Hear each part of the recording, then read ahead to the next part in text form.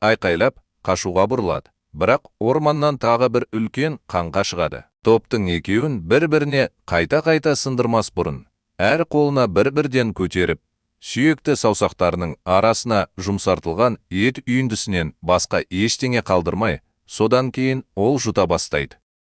Қыз не істерін білмейді. Ол қорқыныштан тасқа айналды, қозғала алмады, тіпті ойлана да алмады. Оны арт жағынан ұстап алып, бұрылып, осы оқиғаны айтып жатқан досын көреді. Жүр, біз баруымыз керек. Ол әлі қозғалмайды. Ол көз алдында болып жатқан сұмдықтан көзін ала алмайды. Бірақ ол оның қолынан ұстап, артынан орманға күшпен сүйреп апарады. Олар орманда жүгіріп келе жатқанда, достарының үлкен қаңқаларды жеп жатқанын естиді. Бірақ оларға көмектесу үшін ештеңе істей алмайды. Екеуі қалың, қараңғы орманды аралап, құлаған ағаштардың үстінен секіріп, арғы жағында қатты